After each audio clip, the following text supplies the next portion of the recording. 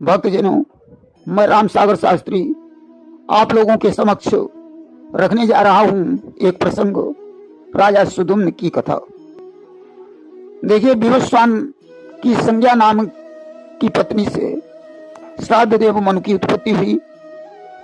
श्राद्ध देव मनु का विवाह श्रद्धा के साथ हुआ, जिनसे 10 पुत्रों का जन्म हुआ। पहले श्राद्ध देव मनु निसंतान थे। जब इनके यहां कोई संतान नहीं हुई तो बड़ा दुखी रहने लगे। एक दिन उदास मुद्रा में बैठे हुए थे, उसी समय वशिष्ठ जी आ गए। श्राद्ध देव मनु ने उन्हें प्रणाम किया। वशिष्ठ जी ने आशीर्वाद देकर पूछा, राजन, आज तुम्हारे मुखमंडल पर उदासीनता के चिन्ह क्यों दिखाई दे रहे हैं? तुम्हारी चिंता का क्या कारण है? श्राद्ध देव मनु ने कहा, मुनिवर, मेरे कोई संतान नहीं है, मैं निसंतान हूं, अतः संतान के लिए कोई उपाय बताइए।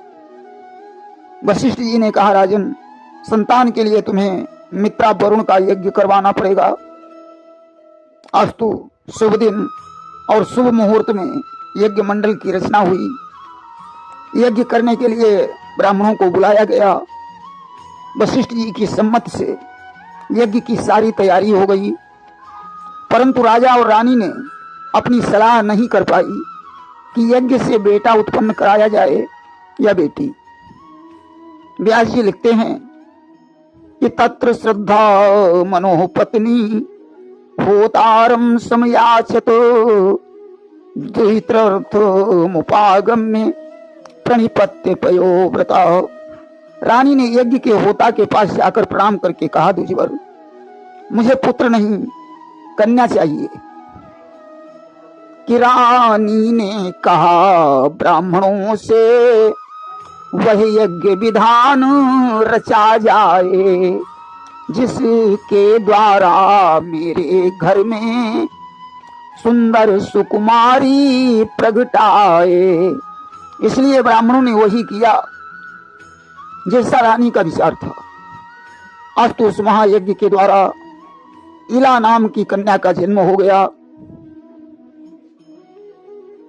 कि इसलिए दुजों ने किया वही जो था विचार महातारी का, उस महायज्ञ के कारण ही हो गया जन्म सुकुमारी का।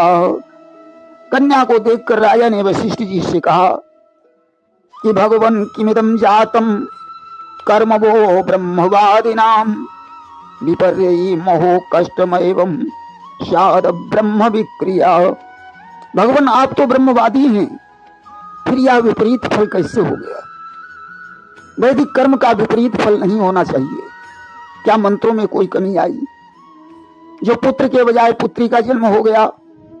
वशिष्ठ जी ने कहा, राजन, मंत्रों में कोई कमी नहीं आई, बल्कि तुम्हारी रानी की इच्छा थी कि एक कन्या का जन्म हो जाए तो अच्छा रहेगा, इसलिए रानी की इच्छा के अनुसार पुत्री का जन्म हुआ है। राजा ने कहा, मुनिवर, मैं बेटी और बेटे में कोई अंतर नहीं समझता हूं। पुत्री होने की तो मुझे दूनी खुशी है, परंतु प्रभु, आगे चलकर हमारे राज सिंहासन को कौन संभालेगा? मुझे चिंता सिर्फ इस बात की है कि भूप ने कहा, श्री महाराज, बेटी का फल तो दूना है, पर दया धाम इतने पर भी प्रभु का सिंहासन सूना है। इसलिए मुनिवर, आपसे मेरी प्रार्थना है, या तो इस कन्या के अतिरिक्त एक पुत्र उत्पन्न करें, या तो इस कन्या को ही पुत्र बना दीजिए। इसलिए विनय है बार बार, हे वरदायक, इच्छा भर दो, या तो दूसरा कुंवर दे दो, या बेटी से बेटा कर दो। गोस्वामी तुलसीदास जी ने श्री रामचरितमानस में लिखा है कि मंत्र महामणि विषय ब्याल के, अमेटत कठिन कुंक भाल के। मंत्र महामणि के समान है, जो सर्प के जहर को समाप्त कर देता है। दुर्भाग्य की रेखा को मिटा देता है। अस्तु वशिष्ठ जी ने मंत्र के विधान को बदल दिया। मंत्र विधान के बदलते ही उस कन्या का रूप भी बदल गया कि बेटी से बेटा हुआ। पड़ा सुदुम्न सुनाम, नृपवन को गमनित हुआ, सौंप उसे धनुधाम। इला नाम की कन्या से सुदुम्न नामक पुत्र बन गया। राजा बड़ा प्रसन्न हुआ। धीरे धीरे सुदुम्न बड़ा हो गया, उत्तराधिकारी बनने के योग्य हो गया। उस समय श्राद्ध देव मनु ने सुदुम्न को राज सिंहासन दे दिया और पत्नी समेत जंगल में तपस्या करने के लिए चले गए। अब सुदुम्न राजकाज देखने लगा। व्यास जी लिखते हैं कि स एकदा महाराज विचरण मृगयाम बने, व्रता कतिपया माते रसमारूह संधवम। एक बार राजा सुदुम्न घोड़े पर सवार होकर कुछ मंत्रियों के साथ शिकार खेलने के लिए जंगल को गया। शिकार खेलते खेलते राजा अंबिका वन में पहुंच गया कि अंबिका विपिन में जैसे ही उस नरराज का प्रवेश हुआ, वैसे ही सब मंत्रियों सहित नरपति का नारी वेश हुआ। राजा ज्यों ही अंबिका वन में पहुंचा, नर से नारी बन गया, उसका घोड़ा घोड़ी बन गया, उसके सभी मंत्री स्त्री बन गए। देखिए, अंबिका वन को भगवान शंकर ने श्राप दे दिया था कि जो पुरुष इस वन में आएगा वह नर से नारी बन जाएगा। इसका कारण यह था कि एक बार भगवान शंकर अंबिका वन में गौरी जी के सहित विहार कर रहे थे।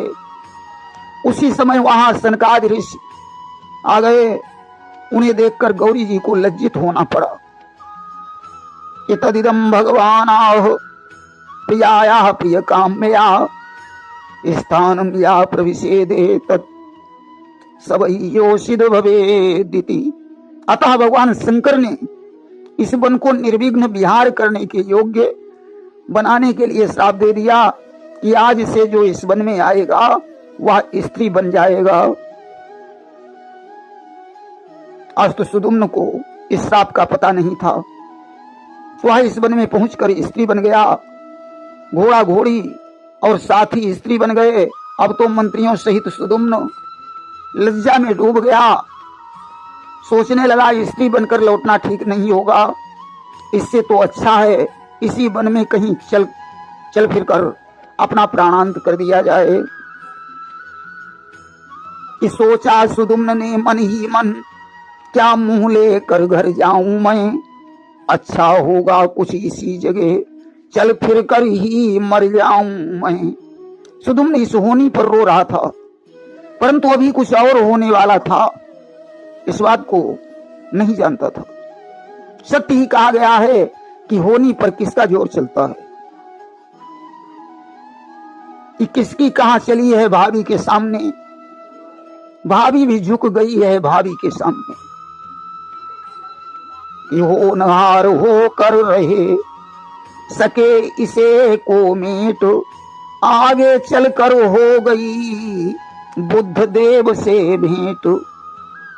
अंबिका वन से जुड़ा हुआ महात्मा बुद्ध का आश्रम था। इसने बुद्ध को देखा, बुद्ध ने इसे देखा, दोनों एक दूसरे पर मोहित हो गए। कि एक की एक पर नजर पड़ी, एक पर एक बलिहार हुए, उस नारी रूप नरेश्वर के बुद्ध देव वहीं भरतार हुए। अस्तु नारी रूप सुदुम्न का विवाह बुद्ध देव के साथ हो गया। दोनों उस आश्रम में विहार करने लगे। व्यास जी लिखते हैं कि सतश्याम जनयामास पुरूरव समात्मजम। अस्तु सुदुम्न के गर्भ से पुरूरवा नामक पुत्र उत्पन्न हुआ।